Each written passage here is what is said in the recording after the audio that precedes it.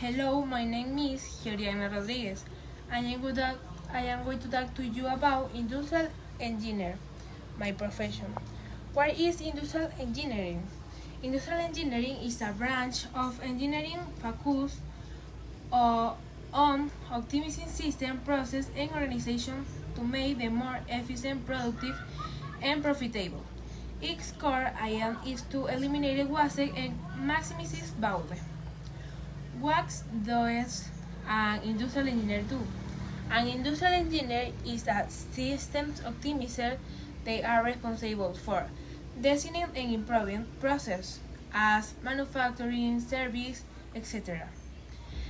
Managing operation and the supply chain, controlling quality, managing projects, improving ergonomics and workplace safety, implementing new technologies.